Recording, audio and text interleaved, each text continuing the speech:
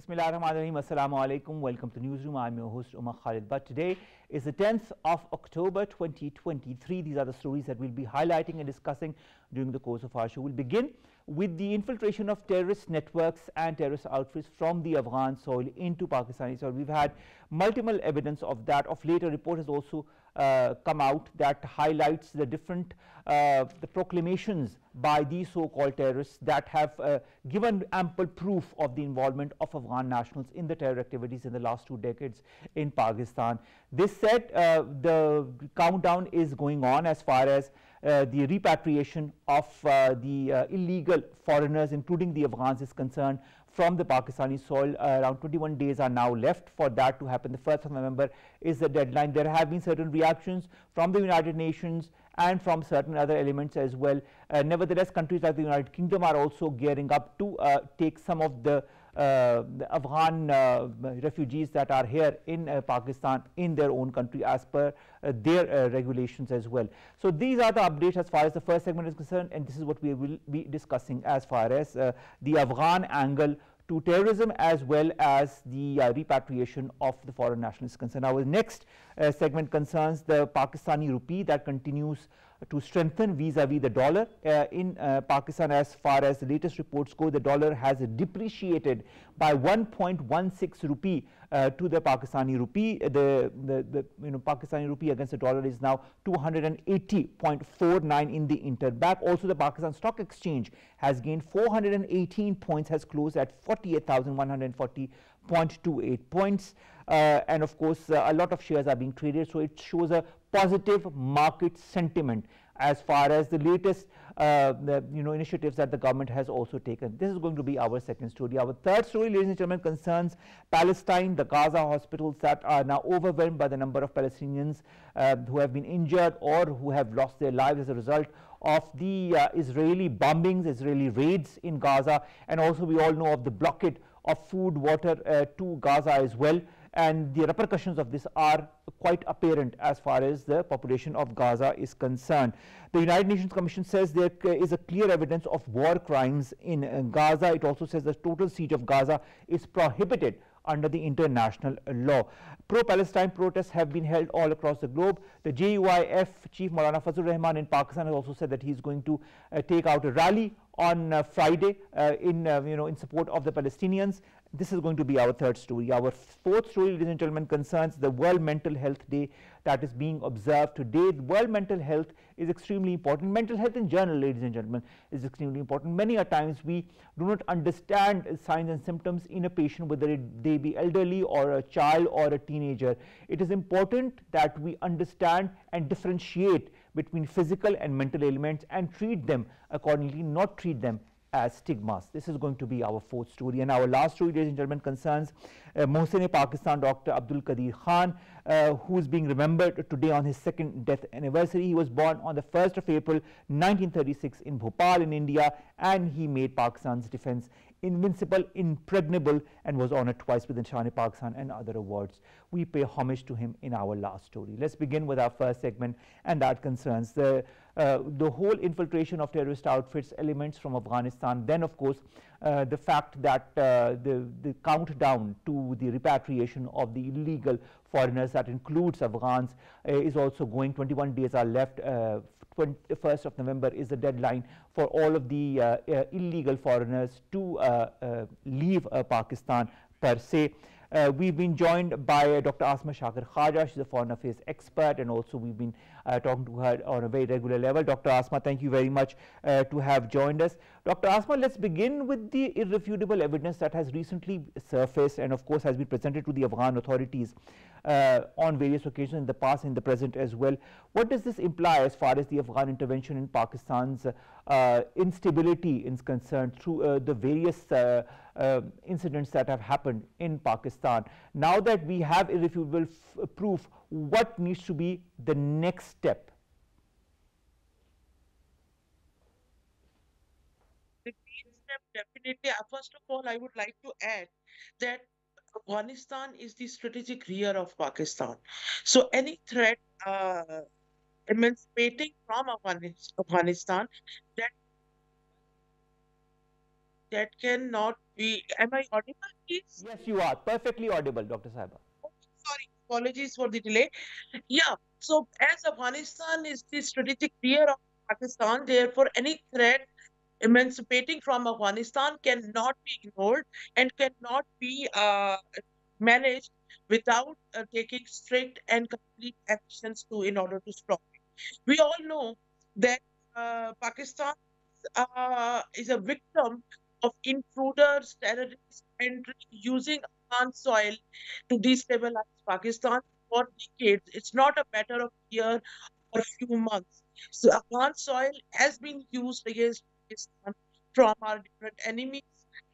Um, this is really important to safeguard our and people. And of any state, the number one priority is to ensure the security and protection of its state subjects, means people, general public. So Pakistani government is bind, if the Pakistani government is compelled to ensure the security and safety of Pakistanis. And as we know, there is a sudden surge in the terrorist activities in Pakistan, especially in the areas bordering Afghanistan. So, what concrete steps can be taken? Definitely, number one, Pakistan can use diplomatic pressures and efforts to convince Afghan government to take strict action against those Taliban groups and people, proxies, which are operating against Pakistan by using Afghan resources and soil and people, of course. Then the next concrete step is to, because because in peace and security we studied that the problem is that Afghan people are Afghan terrorists and they enter Pakistan and they mix in the local population, uh, which provides them a shelter, I would say, or a camouflage. So all and every person of Pakistan should be fairly, accurately documented. Therefore, the Afghan refugees who have settled in Pakistan for decades, it is really important right now to ensure the economic security, or I would say comprehensive security of Pakistan and Pakistanis. We to send those people back. We have hosted them very generously. We were hospitable to them.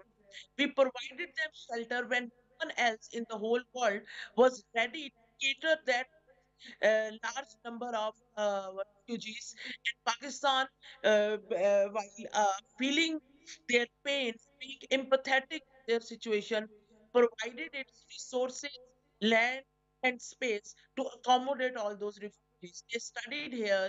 They had a reasonable existence in Pakistan, but I think now this is the right time that all those people who are refugees in Pakistan and they came from Afghanistan, they should be sent back to their home because they came here on the promise that when the situation would be better in their country, they would go back.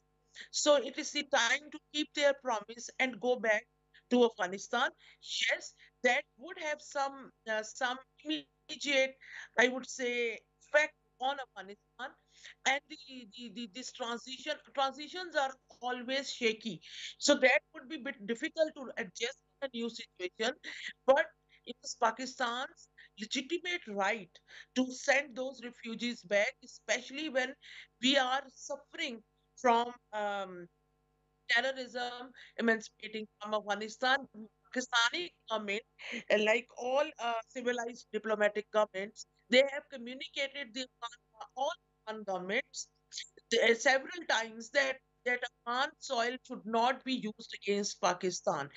Like USA, I'm sure you know the USA, USA, India, and several other countries exercised their right to deal with the threat before it caused terrorism or dangers, or it became a fatal activity for the concerned country.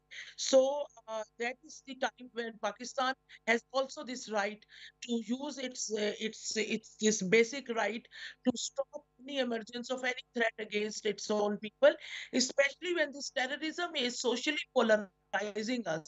We are paying the cost of this terrorism in terms of our social fabric, urbanization of our society, drugs, illegal smuggling, and that connectivity and that possibility of illegal intruders entering Pakistan from Afghanistan to cause damage either to our economy or our society or to kill our people. We have seen several videos when on Chaman border, on different borders, Afghan terrorists or militants, they came, they crossed the border, they killed people in that check post and went back.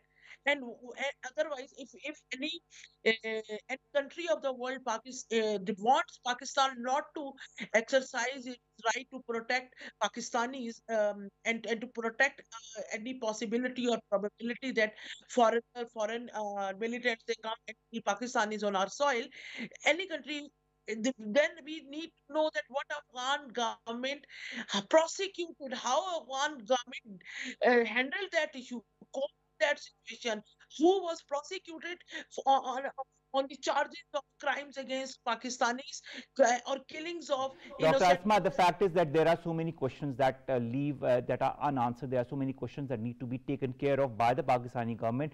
And the fact remains that Pakistan is an autonomous democratic country that has all the right to take in migrants and has all the right to request them, especially those who are illegally present here, to go back to their countries of origin, whether they be Afghani or any other nationality.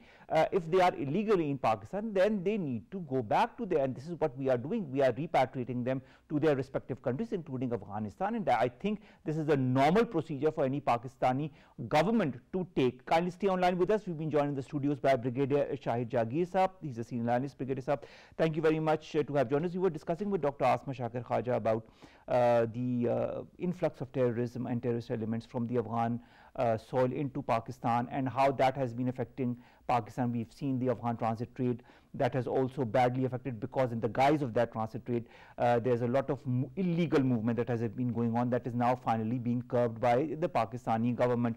This said, there have also been revelations recently of a lot of terrorists that have been captured by the army that have clearly pointed to the involvement of Afghan nationals in terrorist activities, not since now, but since the last 2 decades. How does that bode for Pakistan's security apparatus, its security outlook, and do you feel we are going in the right direction when A, we are putting the curbs on the illegally present foreigners in Pakistan, and B, when we are also putting curbs on all illegal activities that are going on through exchange of the exchange of dollars or the sending of dollars to Afghanistan or the Afghan transit trade, through which a lot of illegal activity had been going on? What's your take on that? Thank you very much, Dr. Saab. First of all, I would like to say that this threat, which you have very rightly pointed out, and previously the panelist was very rightly seeing it, and it has unfortunately has become an existential threat of Pakistan. One is the terrorism, which is emanating from the Afghan soil, in which people have confessed that we crossed the border illegally. They had the links in Pakistan. They had the sympathizers in Pakistan in the shape of the legal and illegally crossed Afghanis, which are residing in Pakistan.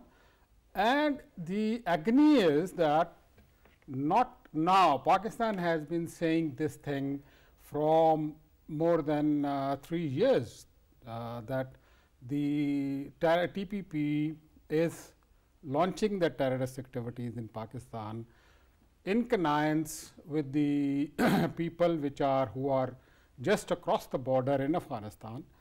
Pakistan has even said to the Afghan Taliban that all those people should be relocated towards the western side of Afghanistan, like Gul Bahadur and other people which are there just sitting across the border.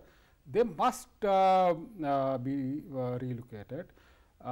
Second, Pakistan has given this option to Afghanistan that they must harness them for their activities in Pakistan. So, as far as Pakistan side is concerned, we have shared the intelligence, and as you were talking before, the names have been come up. They have confessed their crimes. So, what is left now as far as the terrorism is concerned? Previously, recently held meeting in Tibet with Chinese and Indians and other parts of the regional players, it has been also again very amply highlighted to the Afghan caretaker governments that this is not tolerable. Not only by Pakistan, but the other members also. Second, very important aspect of this which has come up is that these illegal immigrants which are there in Pakistan, they have the connections with Afghanistan. Of course. So, they use their connections and do the illegal trade, which is costing our country over 4 to 5 billion every year. And then recently you have seen that the dollar was artificially taken up because that was because it was being smuggled into Afghanistan. Yes, that is what I was going to come on is it is being smuggled in Afghanistan. Now, the border with Afghanistan is all mountainous. Yes, we have done a lot of effort to fence it, but it is physically not possible to defend each and every inch of the ground.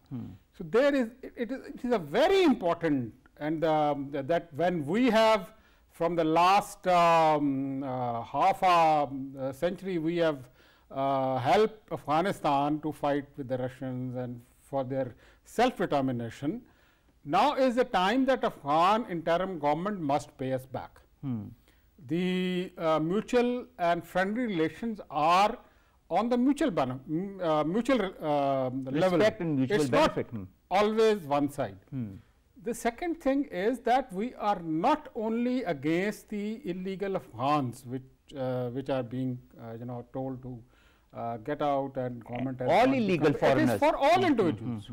The unfortunate part of the Afghan jihad was that all because we were providing them the refugee camps, all nations people, they got into that, and now is the time that the government has made a very timely decision. And I am personally say that Afghan interim government if does not like this decision of Pakistan, I think they should see it that whether they are our friends or otherwise. It is a bitter pill for Afghanistan, but they have to swallow it. The fact remains that Pakistan has housed millions of Afghan refugees, those who were legally present, those who were illegally present. There is a huge, bigger number who are illegally present in Pakistan, and housed them for decades. Their new generations are here. The fact remains that how long can Pakistan continue to harbor, migrants or refugees when Pakistan itself faced with an economic crisis of its own that it needs to handle properly, and for that, a part of that is also for the countries whose immigrants are present in Pakistan, that they also need to go back now that there is an interim government that is present, that is functioning since the last 2 years. Very broadly, they have got their country now. So they must go back. Why these people are living in Pakistan, using their connections, they smuggle all the things from Afghanistan to Pakistan and Pakistan to Afghanistan under the garb of the Afghan trade, one. Second is that the problem of your country of fertilizers, of wheat, you talk of fruit, you talk of other things. They are all being smuggled to Afghanistan. Even things like chocolates and things that Afghanistan did not need were being smuggled into Afghanistan, then smuggled back into Pakistan on a higher rate, and then that is how the economy was suffering. That's what I say, that unless you break this nexus of the Afghans living here under the whether recognized refugees or unrecognized refugees, the government must take this action. They must put a check on their communication, that who is dealing a wrong deal in Afghanistan while sitting in Pakistan. Terrorists, yes, we need to identify them, and government has launched the civil law enforcement agencies have launched all the operations everywhere. It is a must. It is a must and for the survival of Pakistan. If we have to go ahead as a prosperous country, and I tell you, it is not only in the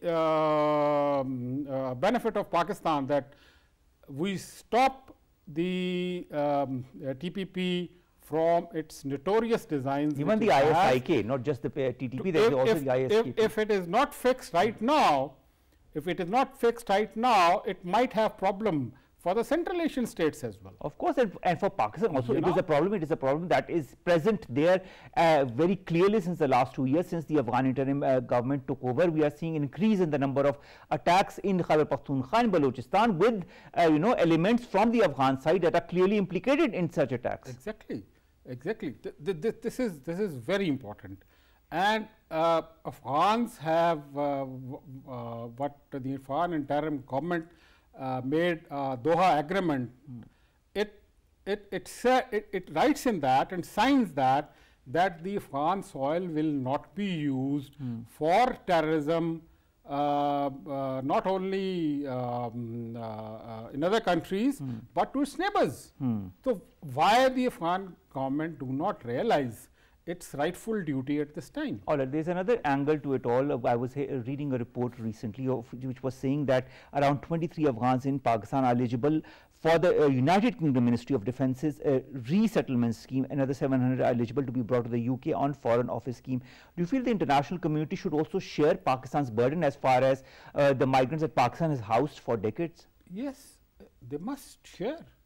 They must share. If they can share the burden of Ukraine war, Ukraine refugees, why can't you share the Afghan refugees? Secondly, the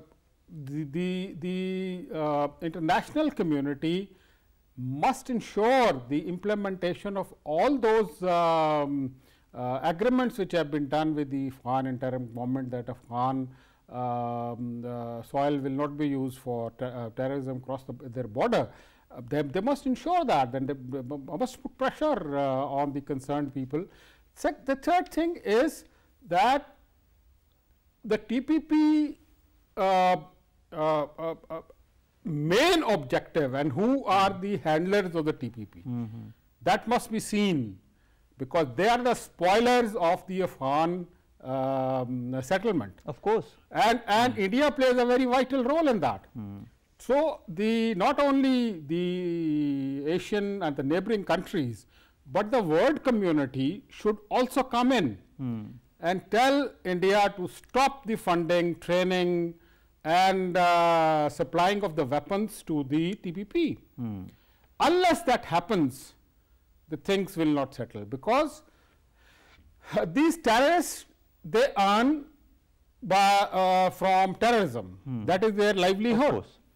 So till the time their livelihood is being stopped, financing, training, weapons, they will not stop. And the major role in that which can be played is by the Afghan interim government. First, because they are now, initially we used to think that they are new, they do not have the enough time in the government and do not have the well-placed setup of security. But now that it has got 2 years, more than 2 years now. Of course, they have had ample time to solidify their presence and to do needful as far as strengthening their government is concerned. Whichever actions they take, they are responsible for those actions, and the citizens that are in Pakistan are their citizens that need to now return to them, especially those who are illegally present in Pakistan. Thank you so very much, Brigadier Shahid Jagir Saab, senior analyst, who have joined us, who have talked to us about this nexus of terrorism that has infiltrated into Pakistan from the Afghan soil and is creating havoc. Then adds to it the Afghan trade, adds to it those statements that have come from terrorists that proclaim that Afghan involvement in terrorist activities as Pakistan has been going on since quite some time. So of course the Pakistani government is cognizant of this and is taking the right steps in the right direction. Thank you very much, sir, to have joined us. That was our first story, ladies and gentlemen. Let's come to our next story, and that concerns the rupees strengthening against the dollar, and of course the stock market that is also strengthening itself as a result of all of that. More in the following report. Coming in with the increase in the value of the Pakistani rupee, Pakistan is experiencing historic economic recovery. Right now, even in the face of the challenges, including security, our economy remains resilient. The rupee has cumulatively recovered 9% in the past 23 days. While the Federal Reserve has a primary role in bringing down inflation, the caretaker government is committed to taking action to bring down the costs and protect Pakistanis from the global pressures that they face. On 6th of September, the caretaker government announced launching a massive crackdown against the elements involved in the dollar smuggling, organized crimes, causing loss to the national economy. Minister for Finance Dr. Shamshad Akhtar said the foreign exchange reserves position was stable, adding that exchange companies reform and anti-smuggling operations did stabilize the rupee. Commerce Minister Dr. Gohar Ijaz said one of the causes of the depreciation of the Pakistani currency was smuggling of the transit goods from Afghanistan to Pakistan, which had risen from $4 billion to $6.7 billion. He said without any intervention by the State Bank of Pakistan, the dollar went down to 280 rupees from 330 rupees due to the government measures and crackdown on the Hundi Hawala setups. Despite macroeconomic challenges and slow progress of the fiscal indicators, there is a glimmer of hope for the improvement as Pakistani rupee showcases the remarkable resilience against the American dollar, which experts believe would have a positive impact on the national economy.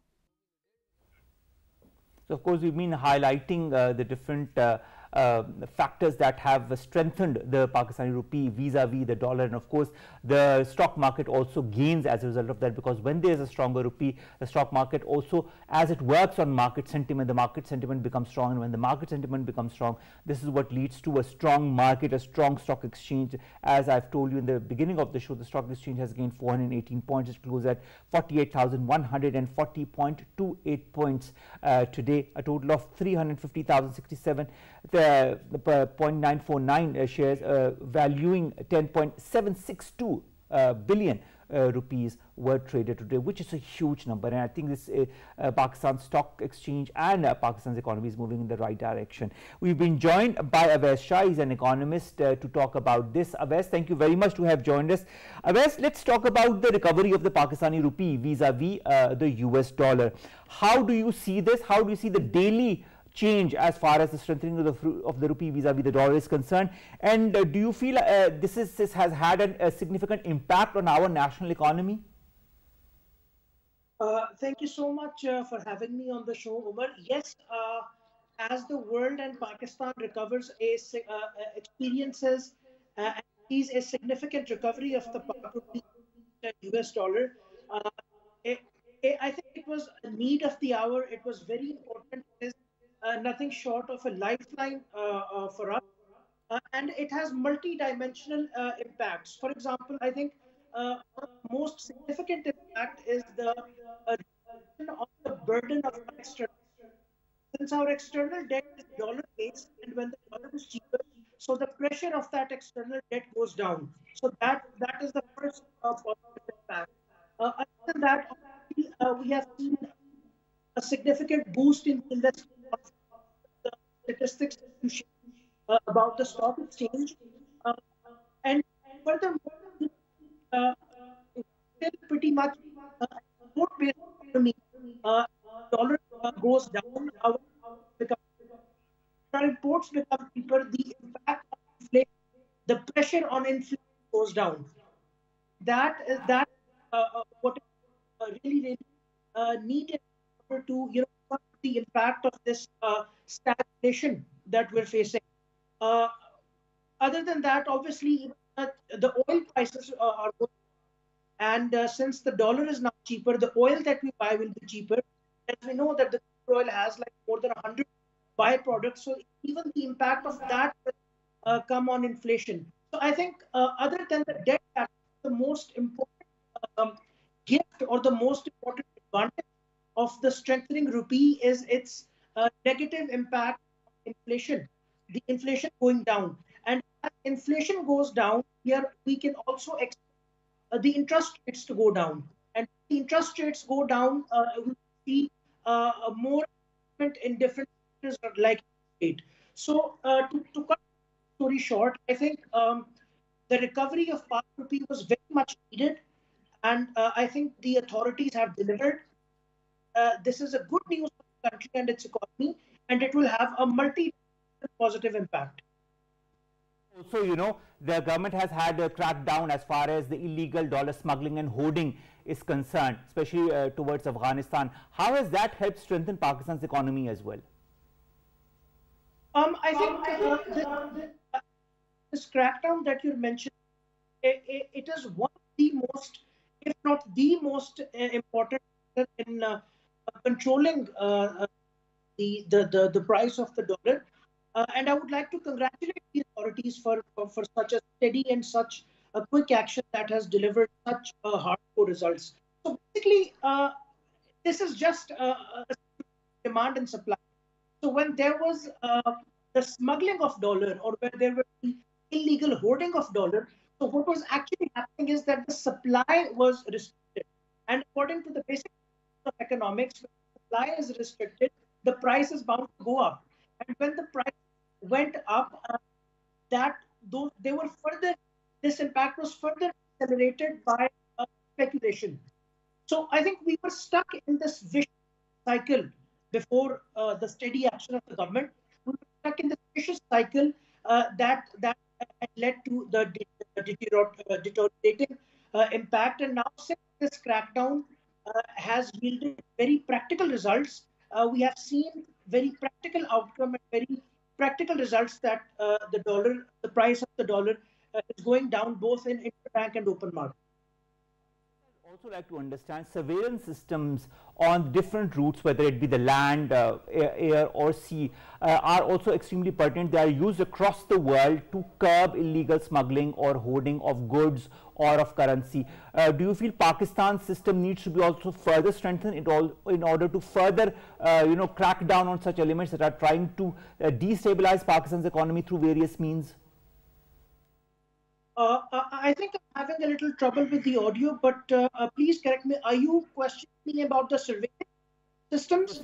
The surveillance systems through land, sea, air. Do you feel Pakistan needs to further strengthen those surveillance systems, Awais? Right. No, obviously, I think this goes beyond any doubt that we need to improve our surveillance systems on land airports. But in my personal opinion, I think there is only so much surveillance that you can do before disrupting the smoothness of operation. In my personal opinion, more important is controlling the elements before it reaches to the ports. For example, we need to amplify our intelligence, and we need to gather more intelligence, and we need to crack down on these gaps before they are able to reach land, sea, and airports. I think it is only then where we can, sustain this significant control of smuggling and hoarding. All right. Finally, Awais, how do you feel international organizations like the IMF or the World Bank are seeing these actions that the government of Pakistan is taking?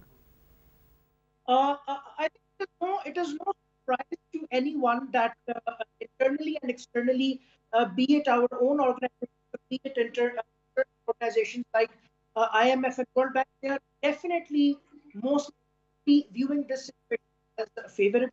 And I think it gives us an amount of leverage. I think it will, make the execution of our program with IMF more smooth. All right. I mean, let's hope, because the way things are going, the way the rupees is strengthening, the way our stock market is also, gaining on the sentiment, positive market sentiment, we can only look at positivity or good things coming, and also the structural reforms that have been introduced by the State Bank of Pakistan in the exchange company sector are also going to add to the strengthening of Pakistan's economy. Thank you very much, Awais Shah, to have joined us, to have talked to us about Pakistan's economy that is getting better and better with each passing day, whether it be the Pakistani rupee versus the US dollar, whether it be Pakistan Stock Exchange, whether it be the shares that are being traded in the Pakistan stock market, whether it be the different reforms that are being put into action. A lot of good things are happening, and credit, of course, should be given where it is due. Let's come to our next segment, and that concerns Palestine, Israel, and the atrocities that have been continuing. Gaza hospitals are overwhelmed as as the air raids on Israel continue unabated. We also know about the blockage of the food, water on Gaza, and we know that Gaza is a very small land, so there are a lot of people that are housed in that small land, which gives rise to a lot of lack of water, lack of proper food to the infants, to the women that are present inside of Palestine. The United Nations Commission says that there is a clear evidence of war crimes in Gaza. It also says that the total siege of Gaza is prohibited under international law, but of course Israel is above international law and is doing whatever it can, whatever it wants, as it wants. Masood Hassan Saab, expert in international relations, joins us online. Masood Saab, thank you very much to have joined us. How does the United Nations rights chief Volker Turk, when he characterizes Israel's total siege of Gaza Strip in terms of international law and says that it is not allowed, what implications does it have for the situation in Gaza? Will Israel relent? Will Israel go on as it has been going on unabated?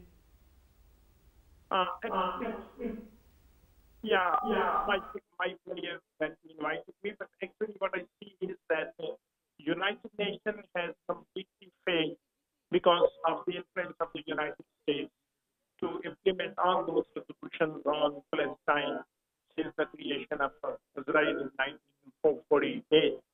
And till now, I mean, the same thing is going on, but now the situation is just getting worse because it takes us back. Of course, we are in conversation with Masood Hassan, expert in international relations. We're trying to get in touch with him again. Israel's total siege of the Gaza Strip, civilians who are being deprived, denied of goods essential for survival, is banned under the international law. This has been said by the United Nations Human Rights Chief, and this was said today, that is Tuesday. Volker Turk, the United Nations High Commissioner for Human Rights, said people's dignity and lives had to be respected as he called for all sides to defuse the explosive powder keg-like situation. We all know that how Israel has reacted to the Hamas attacks on the Israeli territories, and how it has completely blocked Gaza from all sides, and of course denying the basic necessities or the basic elements that are needed to live normally within Gaza. And Gaza, as I told you in the very beginning, is a very small land, and there are a lot of inhabitants in that small land that gives rise to a lot of humanitarian issues. Masood Hassan Saab joins us back online. Masood Hassan Saab, what are the implications as far as the human rights or humanitarian situation in Gaza is concerned because of the blockade of essential supplies to the Palestinian area? Yeah, the thing is, as you earlier said, that Israel as a very special blue eye boy of the United States, it is above all international laws and everything. This is the big problem for other major powers and the members of the UN Security Council. Here, I mean, when we look at Gaza, the Gaza Strip is the largest open air prison in the world, where 2.5 million Palestinians, they are captive for last, you can say, since 1967 June war. Now the question is this, that what option, I mean, the Palestinians they have, and what price they are paying. Unfortunately, they are the victim of the Western imperialism and Western colonialism, when they have no role in any kind of role in the Holocaust, which I mean, the 5 million Jews, they were killed by Hitler, but they, unfortunately, they were selected, and they have been paying the price for that. Now the question is, what is the solution? What happened? I mean, instead of blaming Palestinians because they are the occupied, and this is the first time in the history that the occupier is blaming the occupied and waging a war and declaring a war against the occupied, which are under their thumb. Palestinians, they are frustrated, of course, because they have been promised, and Israel, after Oslo, I mean, there was a little light, but that is gone with the wind. Now we are just looking that Palestinians, yes, they attacked, of course. And instead of that, we should listen. The whole world, United States is still trying to, I mean, in next 2 days, they may veto any resolution presented by the other members. Only two-state solution is the problem. Only secular and free, you can say, democratic Palestine or Israel is the solution. Where but Masood Saab, I'd like to understand something. You talk of a two-state solution. I've talked many a times to Palestinian journalists and the embassy officials, and they also are in favor of the two-state solution. But where is that two-state solution? Where are we finding it? We only see atrocities, we only see brutalities, we only see, you know, more and more infringement of the Israelis into Palestinian territories, and when we see a reaction from Hamas, then all hell breaks loose, wherein the hell has been breaking loose since many years, in fact many decades into Palestine. Yeah, I mean, I mean, absolutely, you are totally right. But here the question is this, that now the situation has come where we can see West versus West. And now what I see, we look at the counterweight like China and Russia, and all of them, most probably they will be demanding. Israel has no option. Yes, it will go for further massacre of the people. I mean, another Nakba they will make in Gaza Strip. But how long? I mean, they will pay the price. Now, credit goes to the Palestinian freedom fighters that the psychological, I mean, barrier they have broken, that Israel is, I mean, not breakable and it is not beatable or something like that. Military might, I mean, is not the solution. Might is not everything. There are human rights. There are, I mean, so many things are going on. You say there are human rights, Masood Saab, to be very frank. Really, are there human rights when it comes to the Israeli-Palestinian No. situation or the conflict? I don't see any human rights prevalent anywhere when it comes to that. Yes. The reason is this, that unfortunately those who taught us about the human rights and who taught us to obey and respect the human rights, they themselves, they don't care when it comes to their own interest.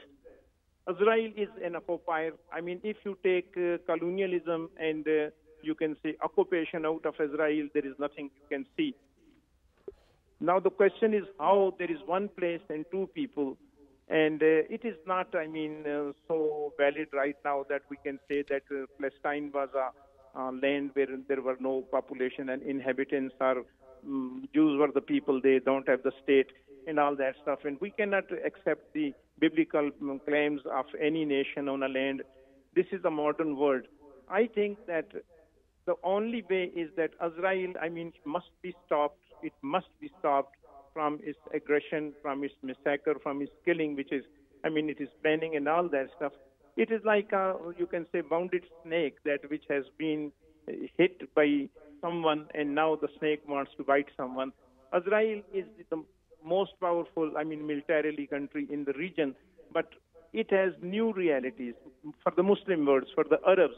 Arabs, they should realize this thing, that Israel is an expansionist power in the region. It has expansionist desires in the region, and it is no longer, I mean, it cannot be their friend or something. Saudi Arabia or any other country, I think, should come forward and force, and I mean, United States and West should come forward and stop Israel and come back to the UN resolutions.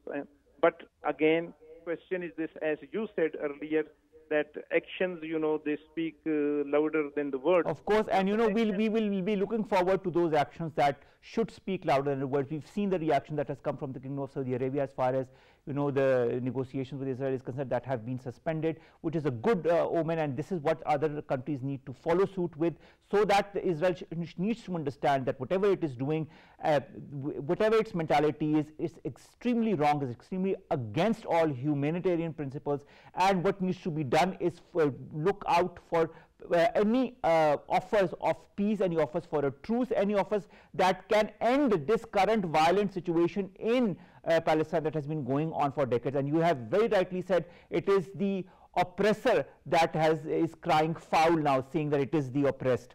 Thank you very much, Masood Saab, to have joined us, to have talked to us about this very important issue that we will be continuing to highlight during the next days as well, and we have been highlighting in the last few days as well. Let's come to our last two stories. The first concerns World Mental Health Day that is being observed today. The theme of this year is mental health is a universal human right. The fact remains that many countries, including Pakistan and many societies, are very wary or very shy of talking openly about mental health problems. The fact remains that mental health is as important as is physical health, and both are also interlinked or interdependent. If you are sound mentally, you can also be sound physically, and vice versa. That is what needs to be done, and that is how our society and nations like Pakistan need to also put the right step in order to do the needful when it comes to this. Our president has also talked about creating awareness about mental health, and this is what we also need to do as a society and as a nation. Finally, the nation remembers Mohsen-e-Pakistan, Dr. Abdul Qadir Khan, today on his second death anniversary. He was born on the 1st of April in 1936 in Bhopal in India. He made Pakistan's defense invincible, impregnable, and of course his name lives on, his legend, his credibility, his work lives on in Pakistan. Pakistan can stand tall in the Committee of Nations because of the work that has been done by Dr. Abdul Qadir Khan. He has been honored, of course, as you very well know, twice with the Nishan-e-Pakistan and so many other awards. But more than any other, it's Pakistan's defense and Pakistan as a sovereign country that needs to thank Dr. Abdul Qadir Khan for all the efforts that he has made to make Pakistan invincible. With that, ladies and gentlemen, we come to an end of today's newsroom. We'll see you inshallah tomorrow with news story segments that pertain to us, you and Pakistan. Stay safe. Allah Hafiz.